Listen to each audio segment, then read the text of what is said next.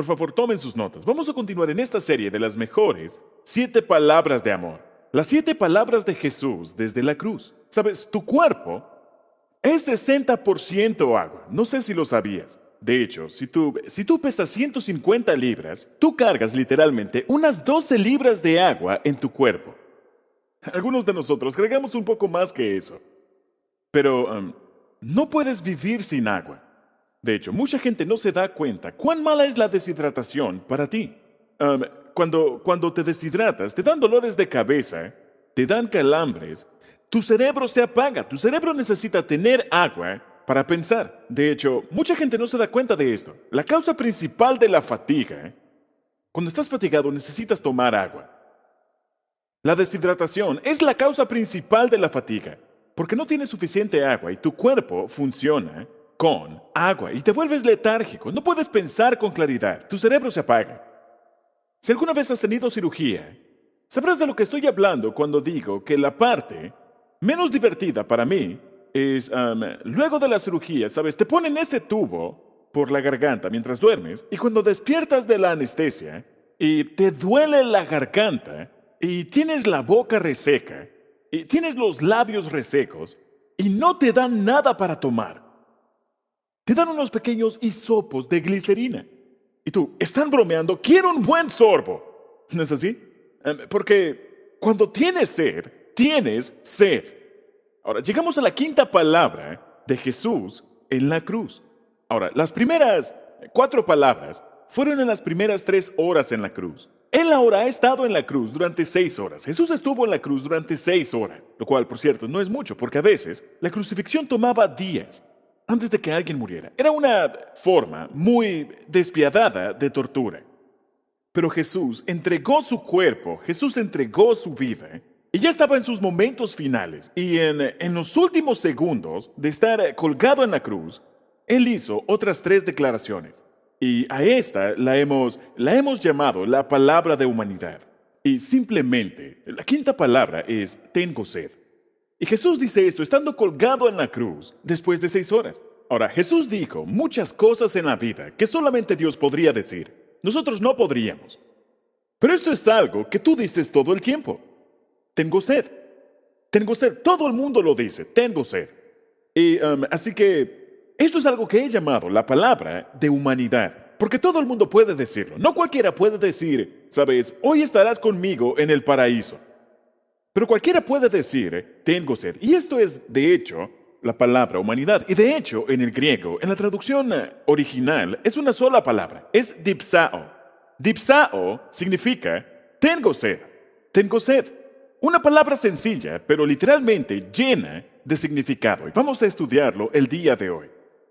Juan 19 nos dice el contexto. Juan 19, versos 28 y 29.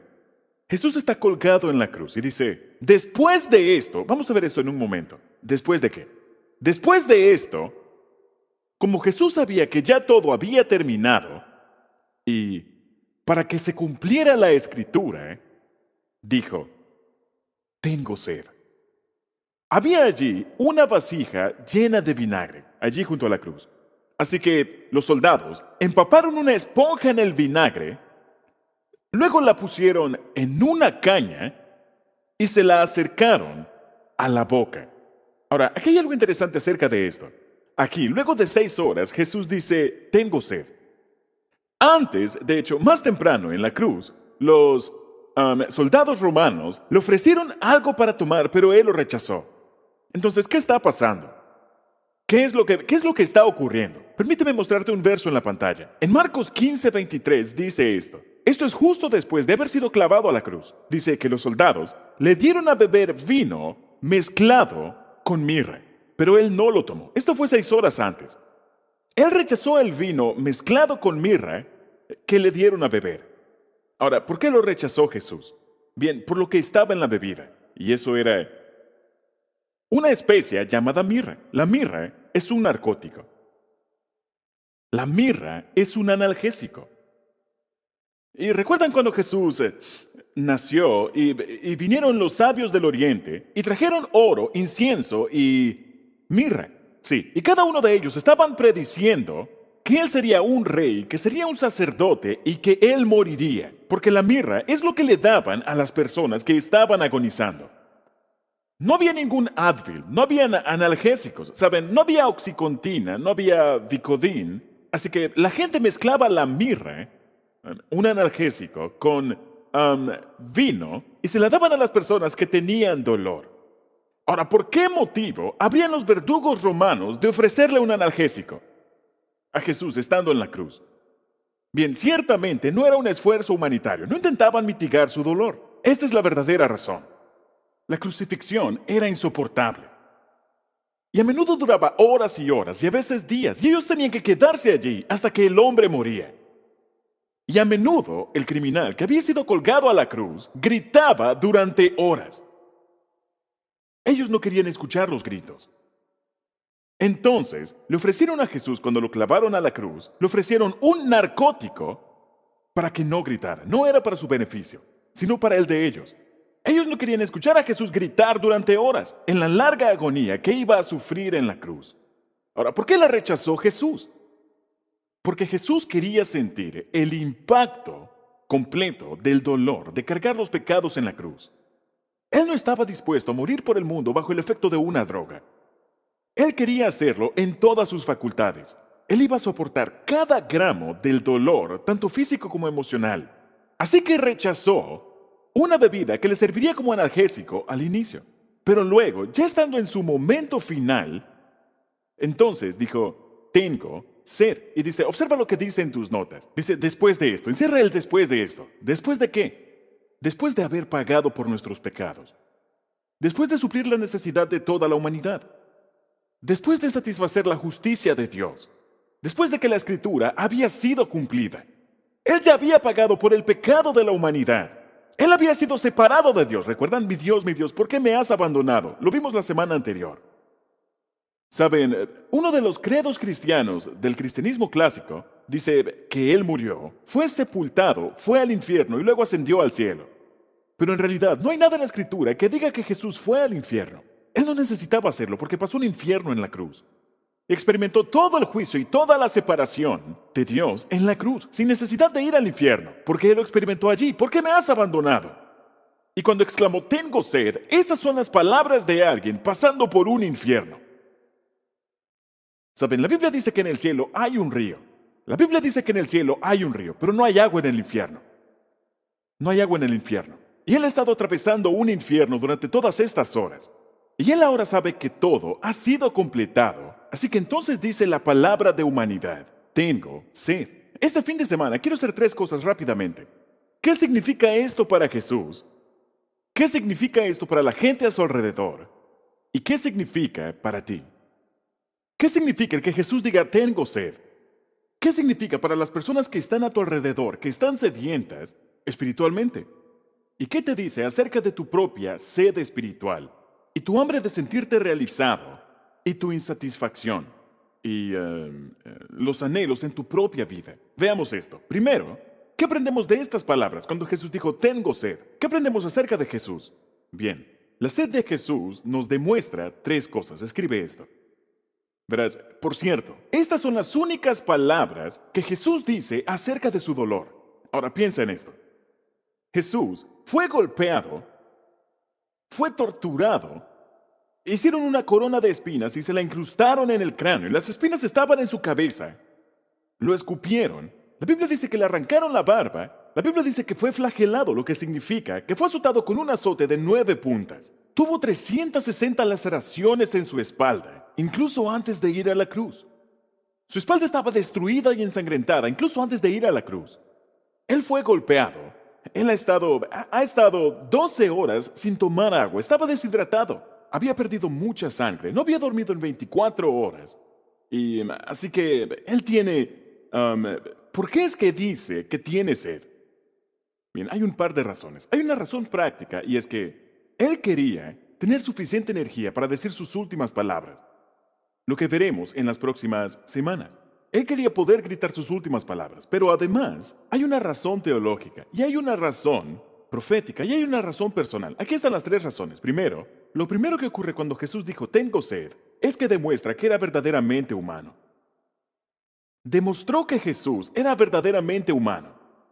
Ahora, algunas personas piensan que Jesús no era en realidad humano, que él era simplemente Dios con un cuerpo humano, pero que no era completamente humano. Algunas personas piensan que era mitad humano y mitad Dios, pero él no era mitad humano y mitad Dios. Él era 100% humano y 100% Dios al mismo tiempo. Así que experimentó el dolor completamente. La Biblia dice esto en Filipenses capítulo 2. Por el contrario, Jesús se rebajó voluntariamente, tomando la naturaleza de siervo y haciéndose semejante a los seres humanos.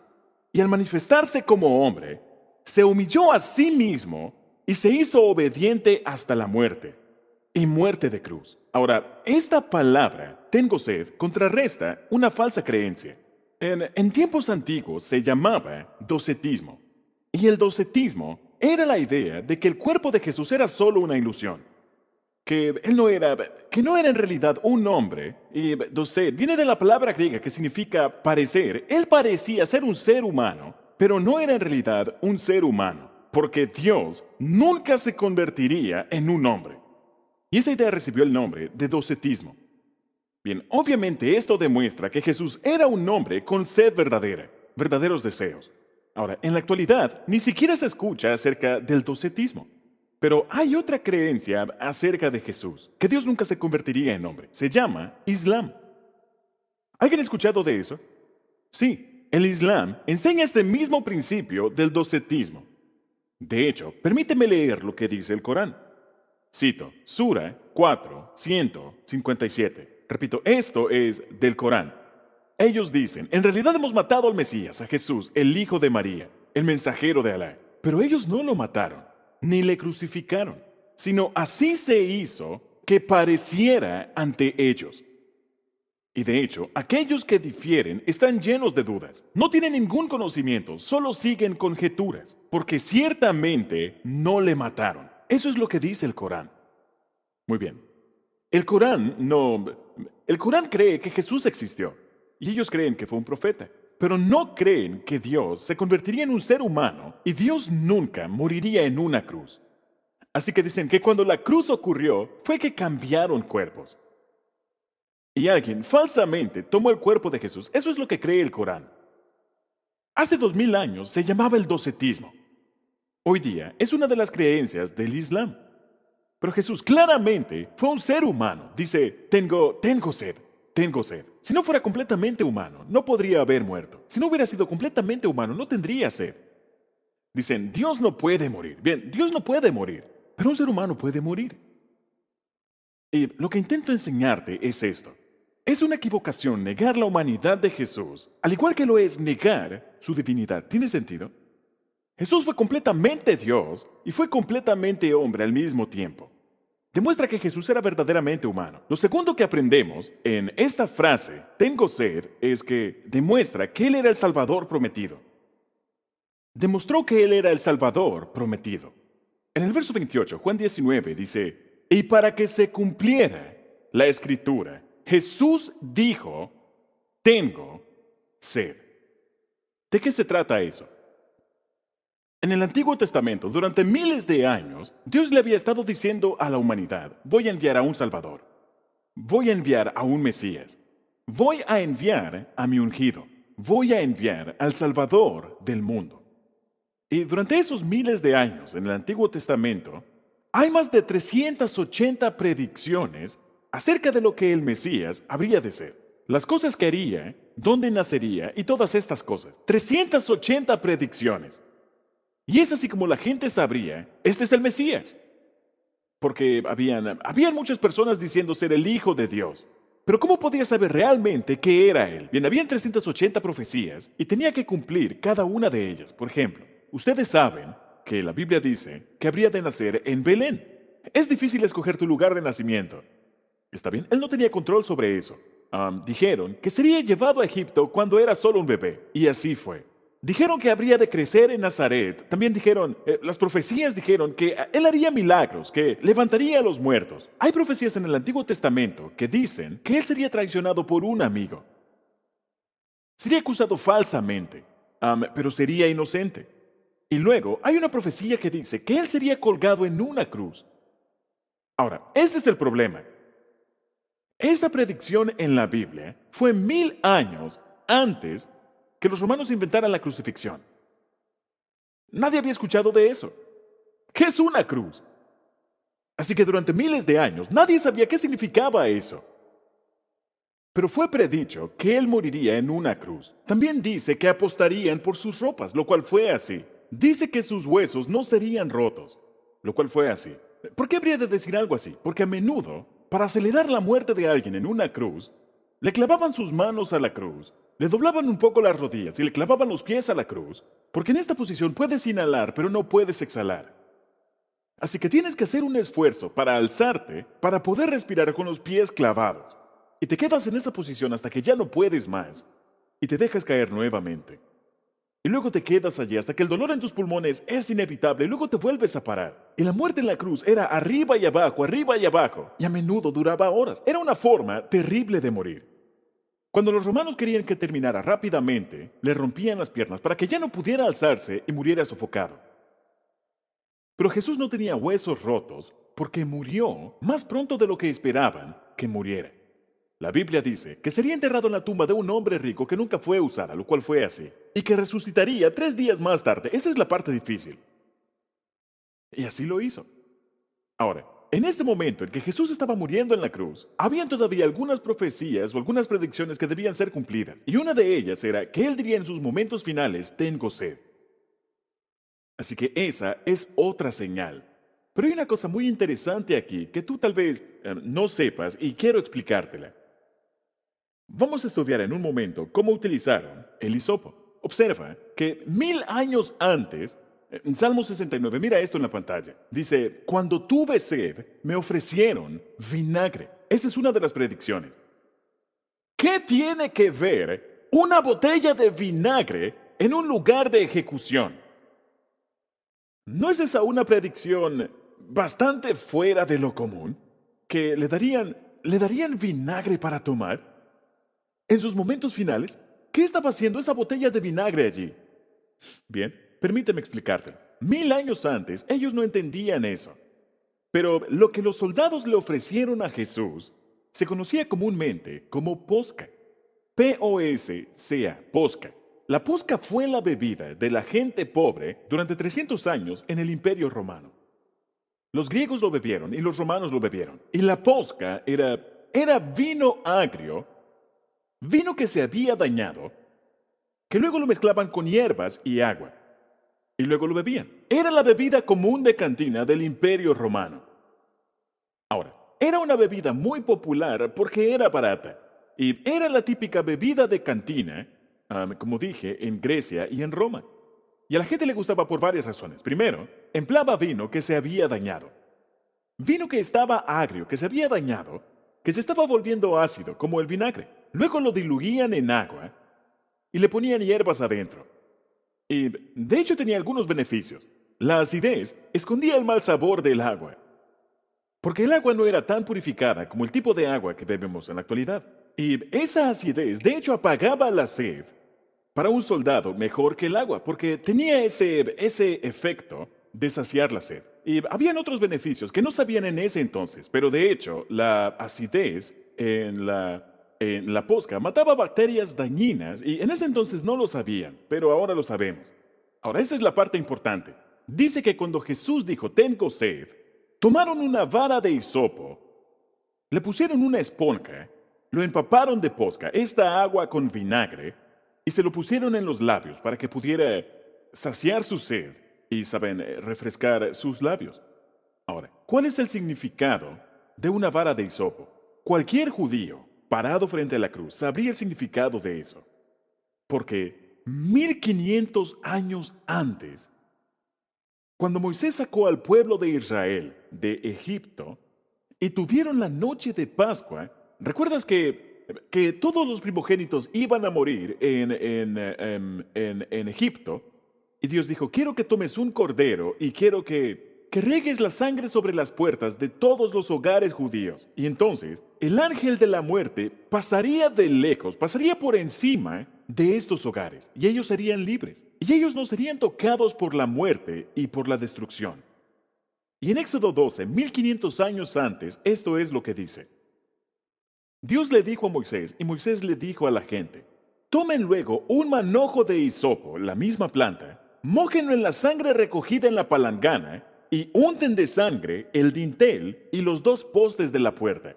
Y ese es el símbolo de que esta no es una familia egipcia, sino una familia judía, una familia de creyentes, que ellos quedarían libres. Y ellos no fueron tocados por la muerte y la destrucción.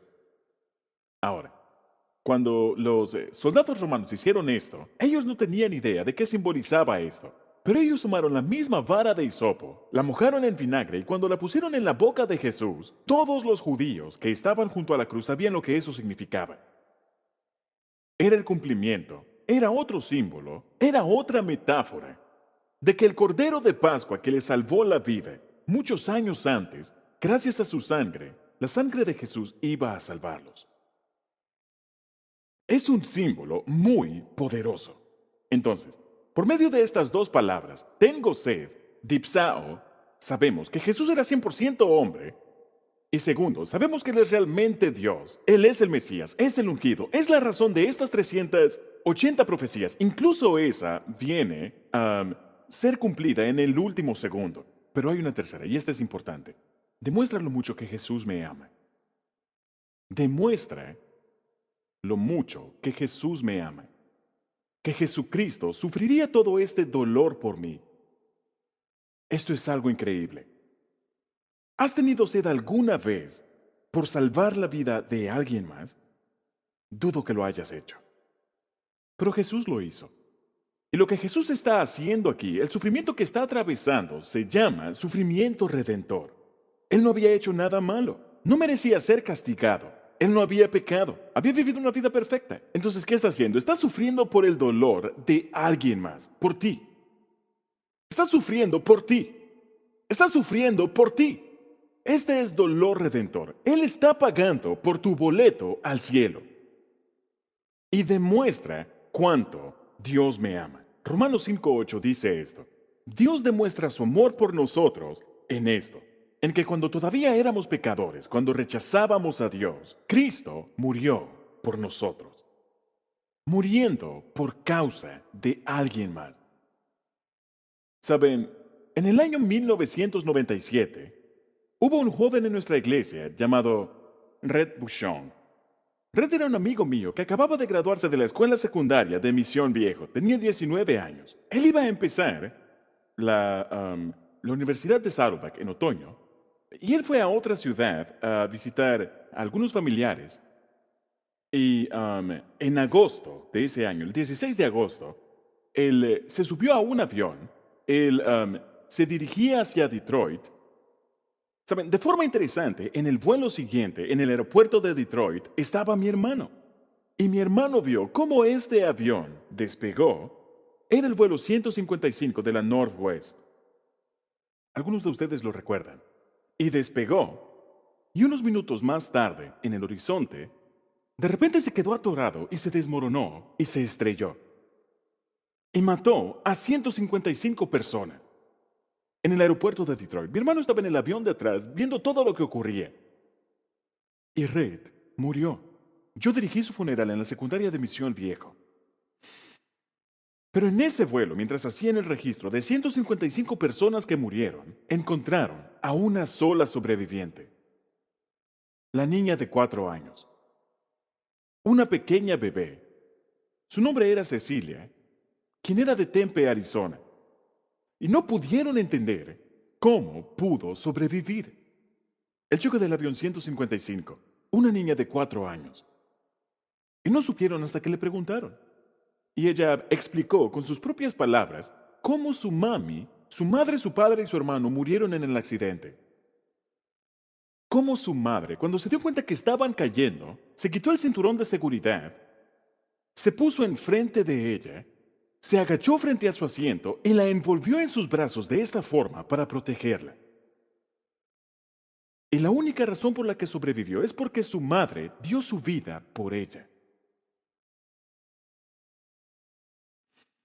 Eso es exactamente lo que Jesús hizo por ti en la cruz. Él te cubrió con su amor. Él te cubrió con su sangre. Él te cubrió con sus brazos, diciéndote, te amo tanto así. Y entregó su vida por ti, para que tú no tuvieras que morir por tus pecados. ¿Saben? Esta palabra, tengo sed, no sé si lo sabían, pero era el tema de vida de la Madre Teresa. Ese era su lema. De hecho, en todos los hogares, en cada uno de los hospicios que la Madre Teresa abrió en su vida, en cada uno de ellos, colgó una fotografía de Jesús en la cruz con esas palabras escritas. Tengo sed. Estaba en cada hogar que la Madre Teresa abrió. Tengo sed. Porque ella dijo, esa es la meta de nuestro ministerio. Esa es la meta de nuestro ministerio. Cada uno de los hospicios. Permíteme mostrarte qué fue lo que dijo. Mira la pantalla. The aim of our congregation, the aim of our existence is not just to do that work. The aim is to satiate the thirst of God, the thirst of Jesus on the cross, for love for souls. And so, who are the nearest to Him? The poorest of the poor. That hunger of Christ on the cross, that thirst of Christ on the cross, we satiate by our love in action. Esa sed en la cruz, nos asociamos con ella a través de nuestro amor en acción. Cuando vayas a trabajar el lunes, toda la gente a tu alrededor estará espiritualmente sedienta. Cuando llegues a tu casa, la persona que vive al lado está espiritualmente sedienta. Cuando vayas a la tienda de conveniencia o vayas al partido de fútbol, donde quiera que vayas, todos los que están a tu alrededor están espiritualmente sedientos. Ahora, ellos nunca usan ese término. No hay nadie que diga, estoy espiritualmente sediento. Así que permíteme darte algunos sinónimos de sed espiritual. No me siento realizado. Estoy aburrido con mi vida. Ahora mismo estoy muy frustrado. Tiene que haber más en la vida que esto. Estoy a punto de volverme loco. Estoy colgando de un hilo. Estoy a punto de caer al vacío. Estoy listo para tirar la toalla. No siento que esto sea todo lo que hay en la vida. No estoy realizado. Mi vida no tiene sentido. No sé qué es lo que me hace falta, pero todavía no he encontrado lo que estoy buscando. No consigo tener satisfacción. Todo el mundo en este planeta está espiritualmente sediento y no lo saben. Y están buscando llenar el vacío en sus vidas con cosas que no van a satisfacerlos. No van a saciar su sed. Están aburridos, no están satisfechos, no están felices, quieren más. Tiene que haber algo más. Tengo dinero, pero tengo que tener más, tengo que tener más, tengo que tener más. Entonces, ¿qué aprendemos de la sed de los demás, de la sed de la gente a nuestro alrededor? Bien, la Biblia habla acerca de este vacío y hambre espiritual. El libro de Amós, capítulo 8, dice esto. Ciertamente se acerca la hora, dice el Señor soberano, cuando enviaré hambre a la tierra, y no será hambre de pan, ni sed de agua, sino que será hambre de oír las palabras del Señor. Y la gente deambulará de mar a mar, del Atlántico al Pacífico, y vagará de frontera a frontera en busca de la palabra del Señor. Pero no la encontrarán. En aquel día, las jóvenes hermosas y los muchachos fuertes se desmayarán, sedientos por la palabra del Señor. Suena como las celebridades de Hollywood. Son gente hermosa, pero con vidas vacías. Lucen bien, se sienten bien, tienen los bienes, pero no están viviendo bien. Y tienen hambre, tienen sed de cosas espirituales y no saben qué es lo que quieren. Así que intentan encontrarlo en el sexo, intentan encontrarlo en la fama, intentan encontrarlo en las drogas, intentan encontrarlo en los deportes, intentan encontrarlo en un pasatiempo, intentan encontrarlo en todo tipo de cosas que pueden ser muy buenas o muy malas. Pero ninguna de ellas van a satisfacer esa hambre. Y hay dos cosas que necesitas recordar esta semana cuando regreses a casa, cuando regreses a tu comunidad. Dos cosas que necesitas recordar acerca de todas las personas que ves. Número 1.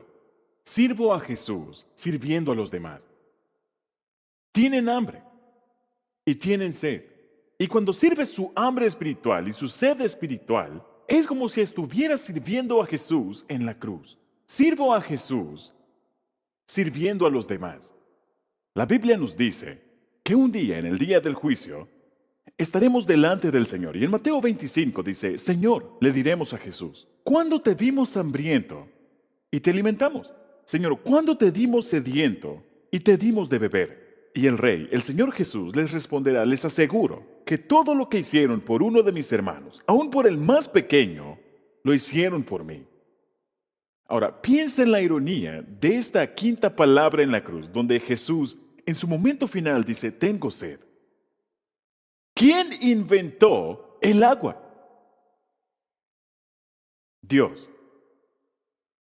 Cada gota de agua que existe fue creada por Jesús. Él inventó toda la lluvia, todos los ríos, todos los lagos, todos los estanques, el océano, el hielo. Dios inventó el H2O.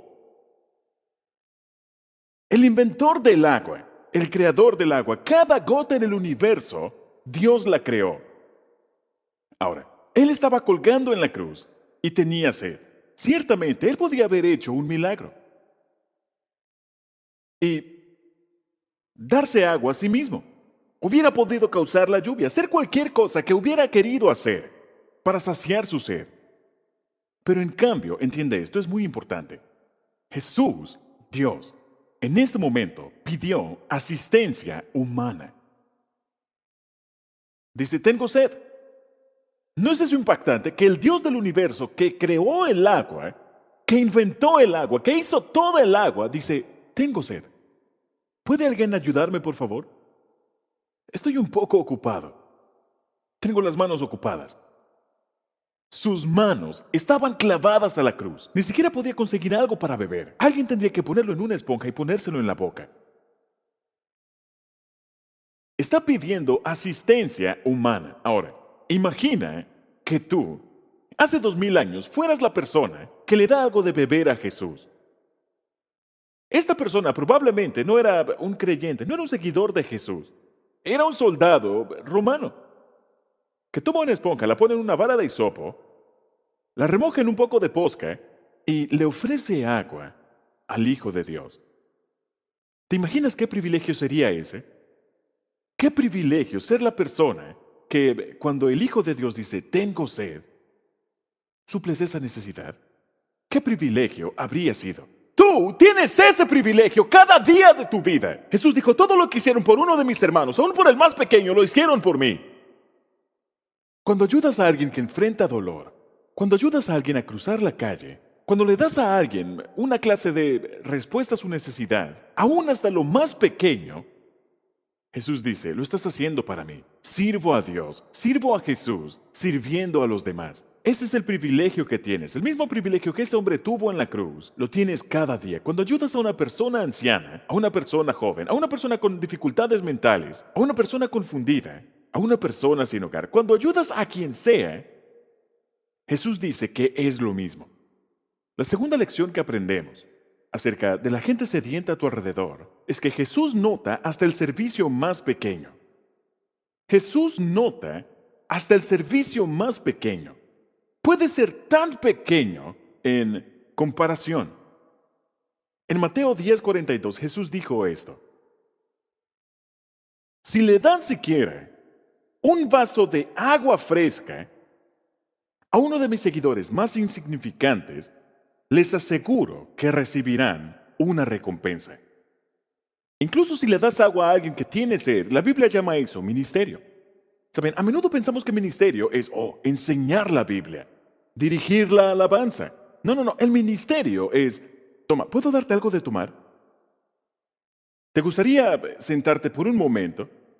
¿Puedo ayudarte? ¿Puedo hacer algo por ti? ¿Quieres algo de comer? Un vaso de agua fresca. Jesús dice, eso es ministerio. Él dice, serán recompensados en el cielo por eso, por saciar la sed de alguien. Sed emocional, sed física, sed mental, sed espiritual. Haciendo estas cosas sencillas, Jesús nota hasta el servicio más pequeño. Verán, lo que he descubierto es que todo el mundo quiere hacer grandes cosas para Dios. Deja de intentar hacer grandes cosas para Dios. Las cosas más grandes son de hecho las cosas más pequeñas. No son las cosas grandes, son las cosas pequeñas que Dios observa y dice, esa es mi hija, ese es mi hijo. Estás alimentando personas, ayudando personas. Estás sirviendo sus necesidades físicas, mentales, emocionales y espirituales. Tal vez nadie va a notarlo nunca, pero Dios dice, yo vi eso. Yo te voy a ayudar a esa persona a cruzar la calle, te voy a hacer esa buena obra, te vi dando esa palmada en la espalda, te vi tomando un momento cuando no tenías un momento. Yo te vi hacerlo. No son las grandes cosas que se llevarán el crédito. Saben, el próximo mes, el Papa Francisco vendrá a los Estados Unidos para una reunión mundial sobre las familias. Y saben, yo no soy católico y tenemos muchas diferencias con los católicos, pero ellos aman al Señor. Y tenemos eso en común. Creemos en la Biblia, en la Trinidad, en Jesús, en la resurrección. Y habrá probablemente 1 millón de personas en Filadelfia en este evento con el Papa Francisco. Él me pidió que sea el orador de cierre. Y les estoy diciendo esto porque quiero compararlo con algo. No voy a recibir ningún crédito en el cielo por eso. Todo el crédito que reciba por eso será aquí en la tierra. Acabo de recibirlo. ¿Está bien? Muy bien. Lo que Dios dice que es la grandeza no es el privilegio de hablar delante de una gran multitud. No es eso. Sino el cuidar de alguien que está enfrentando dolor en ese momento y tú nunca te darás cuenta de ello. Le demuestro bondad en cosas significantes a un niño, a una persona anciana, a una persona solitaria, a una persona herida, a una persona irritante. Ahora ya me estoy entrometiendo. Jesús nota hasta el más pequeño de los servicios. ¿Saben? Leí esto hace algún tiempo. Doug Nichols, un cristiano estadounidense que estaba viviendo en India, que intentaba compartir el evangelio en India, intentaba decirle a la gente en India de las buenas nuevas de Jesús. No hablaba una sola palabra de los dialectos en la India. Y escribió esto, Doug Nichols. Cuando me enfermé de tuberculosis en India, me vi obligado a permanecer en la sala sanitaria durante varios meses. Yo no hablaba el idioma, pero intenté darle literatura cristiana en su idioma a los pacientes y a los doctores y a las enfermeras. Y ni una sola persona lo aceptó. Todo el mundo rechazó cortésmente mi literatura cristiana. Las primeras noches que estuve allí, me levanté a las 2 de la mañana tosiendo por mi tuberculosis. En una de esas ocasiones, noté a un paciente anciano, más enfermo, al otro lado de la habitación, intentando levantarse. Se sentó al lado de la cama.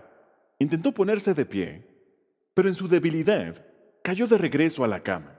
Yo no entendía lo que él intentaba hacer. Se dio por vencido, tal vez exhausto. Podía escucharlo sollozar durante la noche. A la mañana siguiente me di cuenta que intentaba levantarse de la cama para ir al baño. Y el hedor en nuestra sala era terrible. Otros pacientes gritaban insultando a este anciano que estaba afligido. Las enfermeras enojadas lo movían abruptamente mientras limpiaban el desastre. Una de ellas incluso lo golpeó. Aquel anciano se acurrucó y lloró. La noche siguiente, me levanté tosiendo nuevamente y observé al mismo hombre intentando levantarse. Y al igual que la noche anterior, en su debilidad no pudo lograrlo. Así que salí de mi cama y me acerqué a él. Cuando toqué su espalda, sus ojos se abrieron llenos de miedo. Yo le sonreí, le puse mis brazos alrededor, lo levanté. Él era muy liviano debido a su tuberculosis avanzada y lo llevé al baño, que era simplemente un cuarto pequeño y sucio con un agujero en el piso. Me quedé detrás de él, sosteniéndolo, mientras él se hacía cargo de sí mismo. Y cuando hubo terminado, lo llevé de regreso a la cama. Al colocarlo de regreso, él me dio un beso en la mejilla.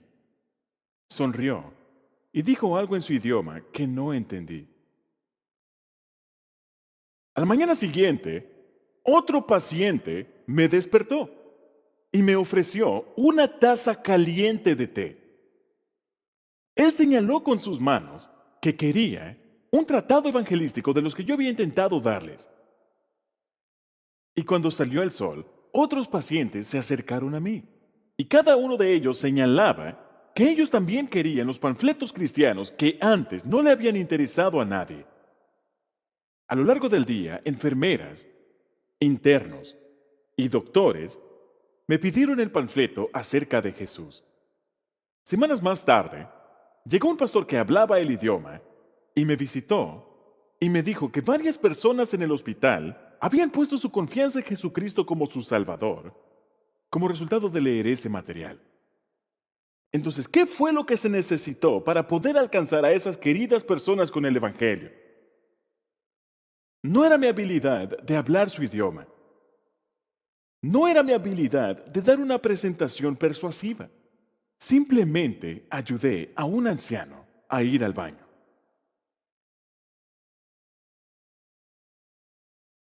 ¿Qué estás dispuesto a hacer para ayudar a las personas a llegar al cielo? Hagamos una pausa aquí por un momento.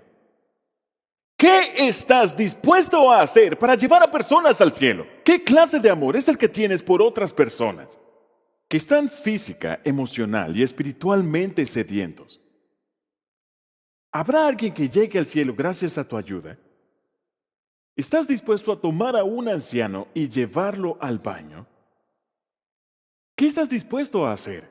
Jesús dijo, todo lo que hicieron por uno de mis hermanos, aun por el más pequeño, lo hicieron por mí. ¿Has hecho esto con alguien? ¿Podrías hacerlo con alguien esta semana? ¿Podrías mostrar esa clase de amor? ¿O estás tan aislado en el egocentrismo, en mi vida y mis metas y mis problemas, mis necesidades, mi familia, que no tengo tiempo para notar a las personas que dicen, tengo sed a mi alrededor? Aprendemos en la sed de otros que sirva a Jesús sirviendo a los demás, y aprendemos que Jesús nota hasta el servicio más pequeño. Y lo tercero, esto es lo más difícil de todo, escribe esto: el servicio más semejante a Cristo es para los enemigos. Vamos. Sabes, lo lamento, pero esta es la forma de vivir de Jesús. El servicio más semejante a Cristo es para los enemigos. Yo me parezco más a Jesús, tú eres más como Jesús cuando estás ayudando a personas con las que estás en completo desacuerdo. No te gusta su estilo de vida, no te gustan sus políticas, no te gusta su aliento, no te gusta su apariencia, no te gusta su cultura, no te gusta cómo habla, y así sucesivamente. Eres más como Jesús cuando respondes con bondad a la gente a quien no le agradas. Cuando estás construyendo puentes con gente así. Jesús dijo, la Biblia dice en Proverbios 25:21, si tus enemigos tienen hambre, escucha bien, si tus enemigos tienen hambre, dales de comer. Si tienen sed, dales agua para beber. Durante la Segunda Guerra Mundial, los nazis no enviaron solamente judíos a los campos de concentración. Enviaron a 6 millones de judíos, pero también enviaron cristianos, y enviaron homosexuales, y enviaron gitanos, y enviaron comunistas, y todos aquellos que no les agradaban. Nicolás Berghoff fue un comunista que fue enviado a uno de los campos de concentración debido a su comunismo. Y estando allí, él se convirtió y se hizo cristiano gracias al testimonio de una mujer que estaba allí. Y dice que un día apareció el oficial nazi y llamó el número de los prisioneros que serían puestos en la cámara de gas aquel día. Y una de ellas era una madre con un niño que había dado a luz en el campo de concentración. Y ella estaba asustada porque iba a dejar a su pequeño bebé y ella iba a morir. Pero una mujer cristiana vio que esto estaba ocurriendo y se dio cuenta de que a los nazis no les importaba quién fuera, solo les importaba el número. Así que ella se puso de pie y dijo, yo soy ese número. Y fue asesinada. Y Nicolás, un comunista, vino a Cristo porque una mujer estaba dispuesta a dar su vida por una señora judía. Este acto de amor sacrificial lo impactó tanto que dijo, tengo que conocer a este Jesús. ¿Hace tu vida que alguien esté sediento de Jesús? La gente dice, puedes guiar un caballo al agua, pero no hacerlo beber. Puedes salar la paja. Y la Biblia dice que debemos ser la sal de la tierra. Debemos hacer que la gente esté sedienta por conocer a Dios. Con nuestro amor, no con nuestras palabras, con nuestra bondad, no con nuestras protestas, por nuestra compasión, no por aquello en lo que estamos en contra, sino por los pequeños actos de servicio que hacemos cada día. Y eso es lo grande. El servicio más semejante a Cristo es para los enemigos. ¿Estás dispuesto a sufrir para que otros conozcan a Jesús? Ahora vemos la tercera sección. Vimos la sed de Jesús. Vimos la sed de los demás que están a tu alrededor. Pero ¿qué hay de tu propia sed? Las cosas con las que simplemente no estás satisfecho. No te sientes realizado. Sientes ese dolor. Tienes esa sensación incómoda. Tienes esa comezón. ¿Y cómo puedes satisfacer tu propia sed? La Biblia dice que debes hacer 3 cosas. Escribe esto. Esta es la única forma en que podrás conseguir la satisfacción en la vida. Número 1. Lo primero es darme cuenta por lo que esté muy sediento. Necesito darme cuenta por lo que estoy muy sediento. Lo que creo que quiero, en realidad no va a hacerme feliz. Lo que creo que quiero, en realidad no me va a llenar. Saben, vivimos en un mundo en el que decimos, si solamente pudiera, llena el espacio en blanco. Si solamente pudiera casarme, entonces estaría realizado. ¿Alguien quiere dar un testimonio? ¿Está bien? ¿Alguien quiere ponerse de pie y decir, eso no era verdad? ¿No es así? Si solamente pudiera conseguir un novio, si pudiera conseguir un trabajo, si pudiera graduarme, si pudiera tener un bebé, y tienes todo esto, todas son cosas buenas, pero no van a traerte satisfacción definitiva y no van a saciar tu sed espiritual. Debes darte cuenta de aquello por lo que estás sediento. Estás buscando en los lugares equivocados. No hay persona, no hay un trabajo, no hay ninguna experiencia que pueda suplir todas tus necesidades. Ninguna, no existe una sola. Solo hay una persona que puede suplir todas tus necesidades, Dios. Cada vez que miro a cualquier otra cosa para llenar mi vida de satisfacción, ya sea tu empleo o lo que sea, lo convierto en un ídolo. Y un ídolo es esperar que algo llene mi vida de satisfacción cuando solo Dios puede hacerlo. Eso es un ídolo. Tú tienes ídolos. Tienes cosas en tu vida que esperas que te llenen de satisfacción que solo Dios puede llenar. Así que debo iniciar dándome cuenta aquello por lo que estoy realmente sediento. Mira el siguiente verso. Salmo 63. Oh Dios, tú eres mi Dios. Yo te busco intensamente. Mi alma tiene sed de ti.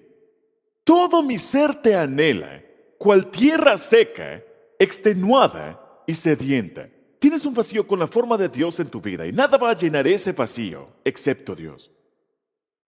Jesús dijo en Mateo 5, dichosos son los que tienen hambre y sed de justicia, porque serán saciados. Solo Dios puede saciar tus necesidades. Y cuanto más lo conozcas, más saciado, más satisfecho, más feliz serás en la vida. Darme cuenta por lo que estoy más sediento. Fuiste hecho por tu Creador y cuando te separas de Él, lucharás con Él hasta que lo conozcas. Número 2. Debo darme cuenta por lo que estoy más sediento. Y número 2, debo darme cuenta que Jesús siente mi dolor. Él lo entiende, Él lo siente. Jesús entiende tus necesidades mejor que tú. Y Él entiende tu dolor mejor que tú. El dolor que enfrentas ahora mismo. Isaías 53, versos 4 y 5 dice, ciertamente Él, Jesús, cargó con nuestras enfermedades y soportó nuestros dolores. Él cargó nuestras enfermedades y soportó nuestros dolores. Pero nosotros lo consideramos herido, golpeado por Dios y humillado. Él fue traspasado por nuestras rebeliones y molido por nuestras iniquidades. Sobre él recayó el castigo, precio de nuestra paz. Y gracias a sus heridas, fuimos sanados. ¿Cuántas heridas tuvo Jesús en la cruz? Bien, sabemos que al menos 365. 2 en sus manos, 2 en sus pies, 1 en su costado, heridas en su cabeza por las espinas, las 360 laceraciones en su espalda. Gracias a sus heridas fuimos sanados. Permíteme decirte esto. Algunos de ustedes están sufriendo dolores crónicos. Hablo de dolores físicos. No se sienten bien. Por cualquier razón, su espalda o en cualquier otra parte de tu cuerpo. Y estás en un constante dolor crónico. Lo lamento. Jesucristo comprende el dolor crónico. Él sabe lo que se siente el dolor crónico. Algunos de ustedes sufren dolor emocional, de una desilusión, de un desengaño, de una frustración, de un rechazo, de una traición, de un sueño roto. Jesús entiende tu dolor. Algunos de ustedes enfrentan dolor espiritual, tienen dolor mental. Jesús entiende tu dolor. Él lo entiende. La Biblia dice en Hebreos 4:15, mira este verso en la pantalla. Nuestro sumo sacerdote, ese es Jesús, comprende nuestras debilidades porque enfrentó todas y cada una de las pruebas que enfrentamos nosotros. Sin embargo, Él nunca pecó. Él nunca pecó. Él comprende lo que estás atravesando. Darme cuenta de lo que tengo más sed y darte cuenta que Él entiende tu necesidad y Él siente tu dolor. Número 3, lo tercero. Deja de buscar satisfacción en otros lugares. Deja de buscar satisfacción en otros lugares. Saben, siempre buscamos una fantasía. Si solo tuviera un trabajo diferente. Si solo pudiera, y di lo que quieras. Siempre buscamos en otros lugares. Buscamos la vida en lugares equivocados. Buscamos el amor en lugares equivocados. Buscamos la satisfacción en los lugares equivocados. Y no va a funcionar. En la Biblia Dios dice esto, en Jeremías capítulo 2. Mi pueblo ha cometido un doble pecado. Me abandonaron a mí, eso es lo primero, fuente de agua viva. Y, dice, se hicieron sus propias cisternas, que son pozos rotos que no conservan el agua. ¿Sabes cuál es el problema contigo? ¿Por qué no estás satisfecho? Dos cosas. Número 1, me diste la espalda. Y segundo, cavas tu propio pozo pensando, si logro terminar este proyecto, estaré satisfecho. Si logro hacer esto, estaré satisfecho. Si logro hacer aquello, estaré satisfecho. ¿Qué pozos has cavado en tu vida que resultaron estar secos? Y estás por aquí cavando un pozo, y las cataratas del Niágara están detrás de ti. Y dices, ¿en qué estaba pensando? Dios dice, yo tengo toda el agua en el mundo. Yo puedo suplir cada una de tus necesidades, pero tú estás cavando un pozo. Dice, si solo consiguiera este trabajo, si solo consiguiera esta relación, si solo hiciera esta cantidad de dinero, si solamente... Y estás cavando un pozo. Esa es una tontería. Tienes el Niágara detrás de ti. Es como intentar capturar una boca de incendios en un dedal. No puedes manejar todas las bendiciones que Dios tiene para ti. En Juan capítulo 7, Jesús dijo esto. El último día del festival, el más importante, Jesús se puso de pie y gritó a la multitud. Él gritó, no lo susurró. Él gritó a toda la multitud. Ahora, ¿qué fue lo que dijo Jesús que tuvo que gritar a voz en cuello? Todo el que tenga sed, muy sencillo, puede venir a mí. Es tan fácil como eso. No vayas a McDonald's, no vayas a Starbucks, ven a mí. Si tienes sed emocional y espiritual, si tu vida no está satisfecha, si estás aburrido, si estás frustrado, si te falta significado, si dices, tiene que haber algo más que esto, ven a mí. Él no dijo, ven a la religión, no dijo, ven a la iglesia. Él no dijo, ven al estudio bíblico, dijo, ven a mí. La única cosa que puede satisfacerte es una relación íntima con Dios. Para eso fuiste creado. Y mucha gente va por la vida y se pierde aquello para lo que fue creado. ¿Qué pozos has cavado teniendo el Niágara detrás de ti?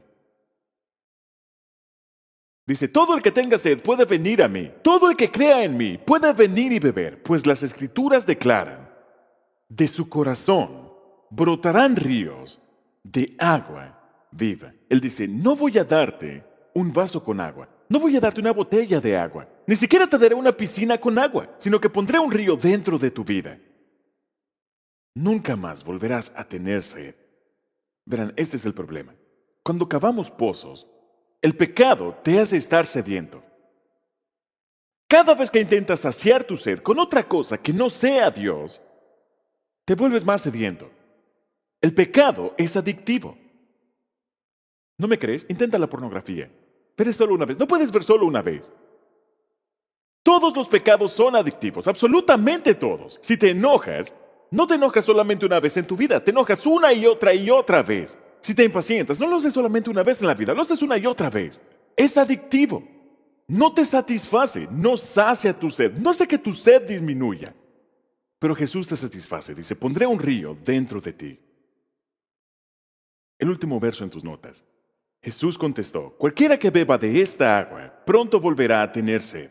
Está hablando del agua de este mundo. Pero todos los que beban del agua que yo doy, no tendrán sed jamás. Esa es un agua increíble. No tendrán sed jamás. Esa agua se convierte en un manantial que brota con frescura dentro de ellos y les da vida eterna. Entonces, permíteme interpretarlo. Si no te sientes satisfecho con tu vida en este momento, hay una palabra para eso. Estás sediento. Estás espiritualmente sediento.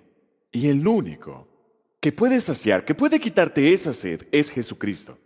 Solamente aquel que dijo en la cruz, tengo sed, puede llevarse tu sed.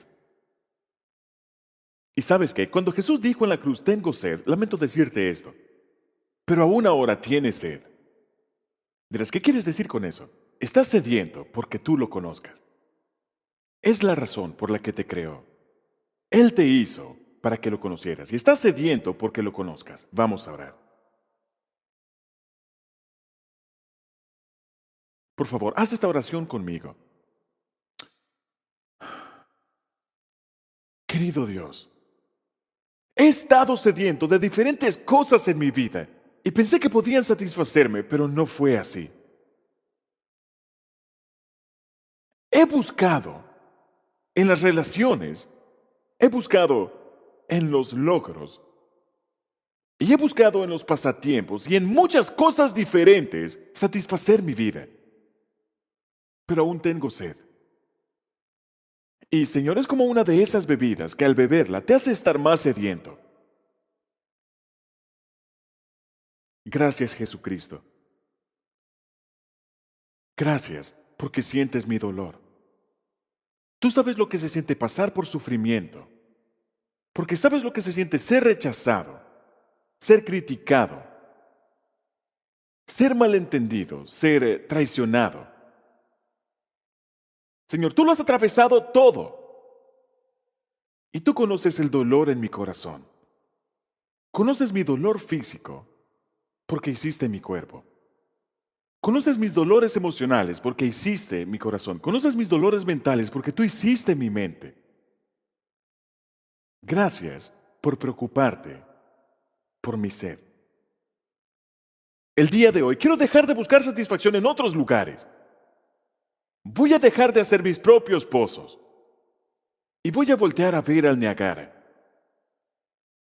Dijiste que el que tenga sed puede venir a ti y vengo a ti en este momento. No quiero tener ídolos en mi vida, cosas en las que he intentado obtener satisfacción pero me han decepcionado. Quiero romper los ídolos en mi vida. Y quiero que pongas un río de agua viva dentro de mí.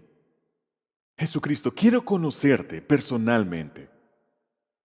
Quiero tener una relación contigo. Gracias por morir por mí en la cruz. Gracias porque fuiste realmente humano y eres verdaderamente Dios. Y por demostrar cuánto me amas, muriendo por mí en la cruz. Y Dios, en gratitud, quiero poner el resto de mi vida a tu servicio. Quiero servirte sirviendo a los demás, aun si esto significa darle un vaso con agua fresca a un niño, o cambiar un pañal, o ayudarle a una persona anciana a cruzar la calle. Quiero hacerlo todo en tu nombre. Gracias porque notas hasta el servicio más pequeño. Y Dios, incluso ayúdame con eso de servir a mis enemigos.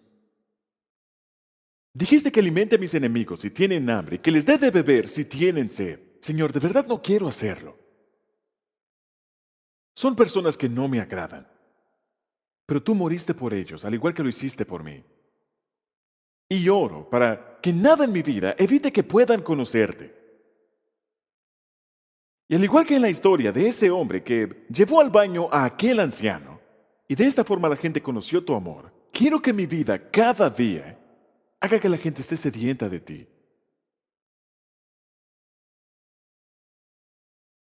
Y te pido que uses mi vida en tu nombre.